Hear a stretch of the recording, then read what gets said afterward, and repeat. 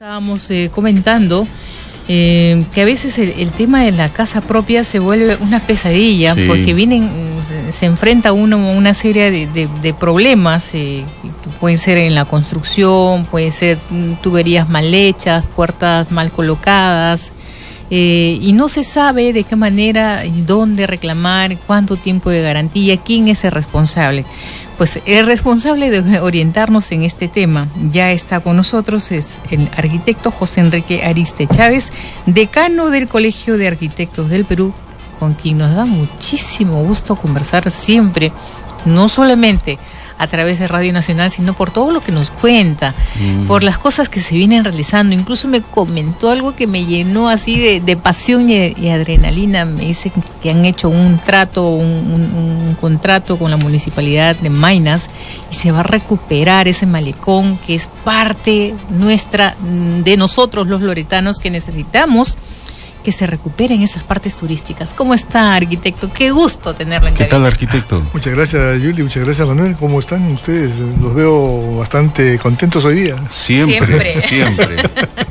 Especialmente cuando se tiene invitados de la calidad de usted, arquitecto, porque, y lo dice bien Yuli, qué bueno es que las instituciones, en este caso los colegios profesionales, estén trabajando ya a futuro en lo que pueda ser la recuperación de lugares hermosos, ¿no? Cada quien, creo, tiene una responsabilidad y hay que hacerla. Bueno, esa es una obligación de todos los colegios profesionales dentro de su campo de acción. Liderar en el país, dar opinión sobre las cosas antes que sucedan los hechos, antes que se deterioren las arquitecturas, las infraestructuras, los médicos también, antes que lleguen los muertos, eso, antes que entierren los muertos, tienen que opinar sus líderes y creo que los medios, felizmente por la libertad de prensa que gozamos, dan las oportunidades y esto hay que usarlo debidamente, todos en la búsqueda de sumar sinergias por mejorar la calidad de vida de los ciudadanos. Yendo al tema que nos convoca también, arquitecto, qué difícil a veces es encontrar una casa, bueno, pero con las condiciones que uno cree debe tener, porque se ha visto en la televisión, se ha visto en diferentes medios cómo algunas personas han sido estafadas, han sido sorprendidas, porque no sabían los requisitos que tenían ellos que seguir para asegurarse de una buena compra, de una casa o un departamento. Sí, como en todo campo de acción en el mundo inmobiliario hay los buenos y hay los malos, ¿no? Hay quienes usan esto solamente para beneficio personal y de grupos de interés económico, pero hay quienes también piensan en la rentabilidad social, sin descuidar la rentabilidad económica, digamos, para el patrimonio de sus propias empresas o entidades. Pero tenemos que pensar en el ciudadano final y para esto también tenemos que tener el compromiso de las autoridades, cada quien en su espacio, ¿no? Los gobernantes de turno, del gobierno central como ministerios, para dar las normas y los reglamentos, los congresistas para dar las leyes que ayuden, digamos, a mejorar y a garantizar al usuario final. Y te pongo un caso así, digamos, de Ripley, que merece analizarse. Hace más de 4 años se dio la ley del consumidor y se aprobó en el Congreso de la República. Esta ley del consumidor tiene como 3 capítulos que están relacionados directamente al consumidor inmobiliario. Entonces, para uno saber de buena fe que el sueño de toda su vida, de los ahorros de toda su vida, que ustedes lo dijeron, el sueño de la casa propia, no se convierte en una estafa final. Porque esta estafa se convierte por muchas razones. Primero, por la seguridad jurídica, que a veces no se tiene, porque uno se encuentra con pillos como estos que ya están perseguidos o que se escapan a Bolivia, o estas situaciones que están pasando a cada rato, porque va a su propiedad y se encuentra en registros públicos que ya no le pertenece, porque ya hubo una tercera venta de la propiedad, una venta de buena fe, que dice, digamos, las normas y las leyes, pero que también la mal usan muchos para hacer que uno jamás en su vida pueda recuperar una propiedad que fue invadida y que la tomó un pilluelo de ellos. Primer punto, ¿no? Arquitecto. Entonces el Congreso tiene la obligación de modificar esta ley. Ya, pero ¿cómo me aseguro yo, a quienes nos están escuchando, voy a comprar una propiedad, cómo me aseguro que esa propiedad en la cual yo estoy invirtiendo mi dinero para comprar mi departamento, no tiene problemas. Bueno, ir a registros públicos y pedir el último, digamos, un certificado y ver si hay cargas o no hay cargas, y en qué estado se encuentra, digamos, la titulación. Ese es el primer documento. Porque existen los falsificadores que pueden muy bien manejar los papeles y hacer todo aparentemente legal. Entonces eso meritaría una investigación en el mismo registro público, y ahí tendría que entrar a tallar ya el Estado con otros agentes como son la Contraloría y revisar el sistema, ¿no? Porque si no ya se va perdiendo la fe en las cosas. Uno confía porque es una entidad garantizada por el Estado. El registro público es una entidad garantizada por el Estado. Y si ahí hay pillos, hay que corregirlos. Ya, pero una persona natural puede hacer esas verificaciones o tiene que ayudarse de un abogado, por ejemplo. Puede hacerlo de forma natural, y si tiene un abogado de su confianza, en buena hora, digamos, para tener ese apoyo. Pero también puede hacerlo personalmente y certificarse al momento en qué estado se encuentra su propiedad. Bueno, este es uno de los temas, ¿no? El otro tema, digamos, también está relacionado a la seguridad jurídica sobre las normas que tienen que ver con estas tolerancias y estos cálculos políticos de las autoridades, de los alcaldes sobre todo, o para dar titulación, digamos, en zonas de alto riesgo o en zonas donde son propiedades del Estado que fueron invadidas. Felizmente hace 4 semanas me anunció la ministra de Cultura en una conversación que ya habían aprobado a nivel del Consejo de Ministros la ley que permite al Estado recuperar de inmediato, sin necesidad de orden judicial, cualquier propiedad invadida. Entonces, esto es una muy buena noticia, ¿no? Que va ayudando a tener un mejor perfil para garantizar inversiones, para incentivar las inversiones. Muchas veces las personas saben que es propiedad del Estado. Ha habido algunos lugares cerca de Chosica, me parece, y que ha producido después problemas, especialmente con la gente, porque eran lugares peligrosos. Por donde... Ahora, hay estudios de SISMID, entre otras entidades, digamos, que dan las garantías, digamos, de información sobre qué zonas no deben hacerse viviendas. Están declaradas como zonas de alto riesgo. Y para esto, los alcaldes pues deben ser también rígidos en este asunto, y ya dedicarse y dejar todas estas situaciones de corrupción que mucho tiempo ha venido sucediendo en el país, de ofertar, digamos, titulaciones en zonas que saben que son de alto riesgo. El Estado no puede darse el lujo de poner un sol, ni siquiera por un acto humanitario, en las zonas donde se está incrementando el riesgo de los ciudadanos. Porque la gente sabe. Porque está en peligro la vida de estos ciudadanos.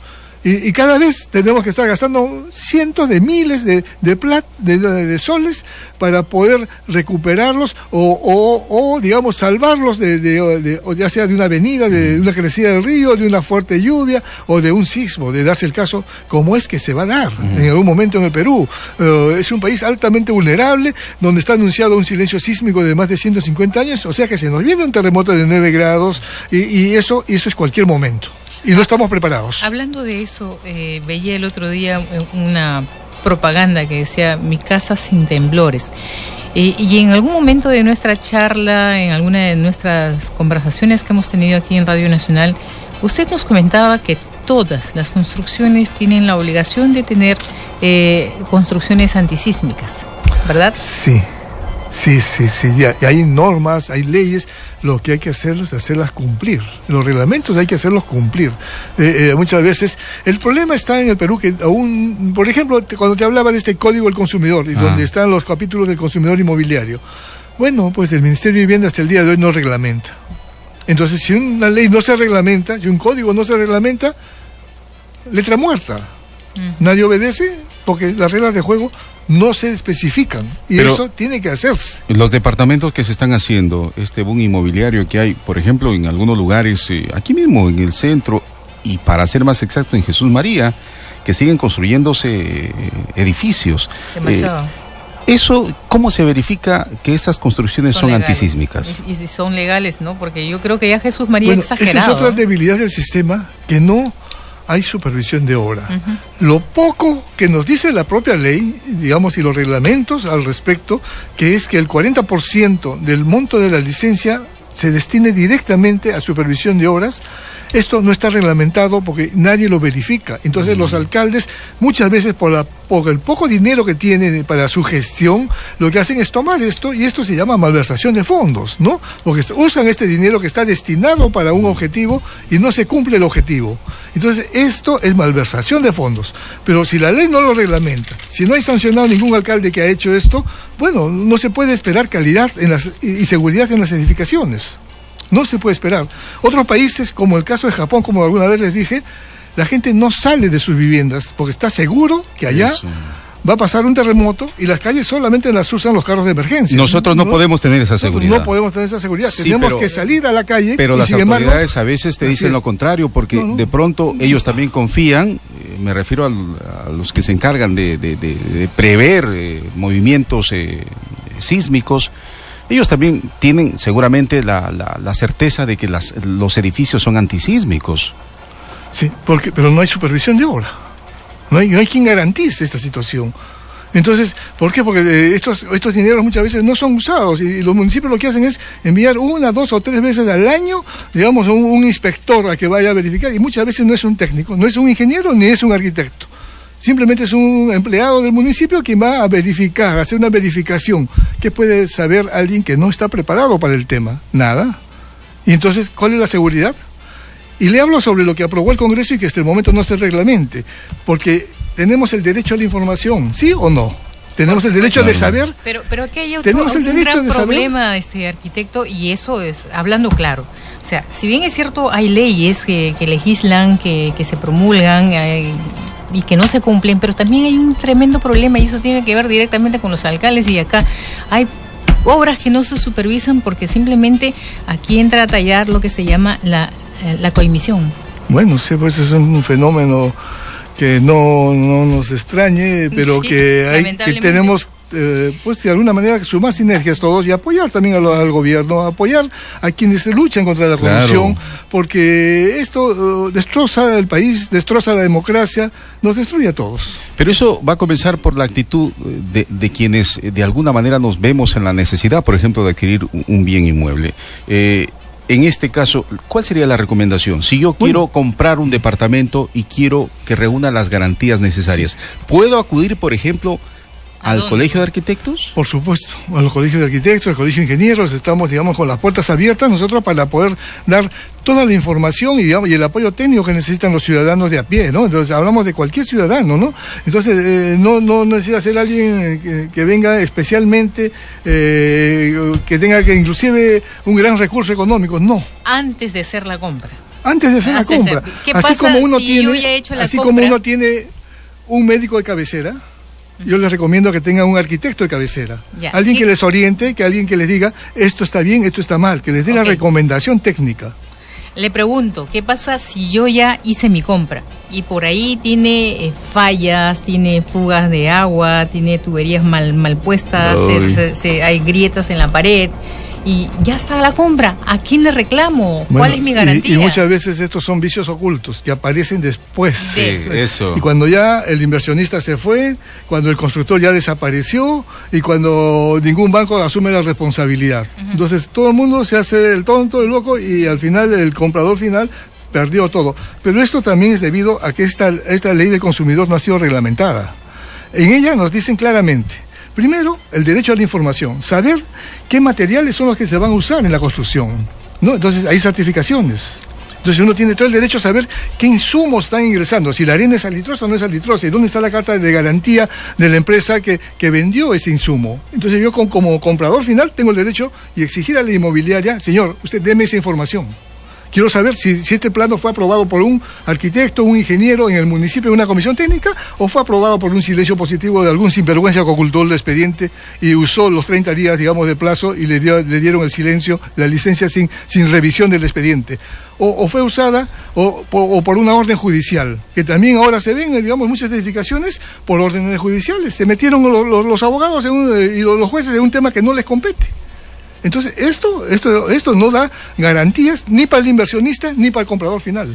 Pero para ser sinceros, arquitecto, para reclamar de la manera como usted lo está diciendo, hay que asesorarse de alguien que sabe. Yo veo bien difícil que alguien, digamos un profesor, tenga la capacidad de saber los derechos que le corresponde. Y hablo de cualquier profesional, a veces estamos metidos en nuestras cosas, hay aspectos técnicos que lo saben, profesionales como los arquitectos, por ejemplo, los ingenieros, o un abogado.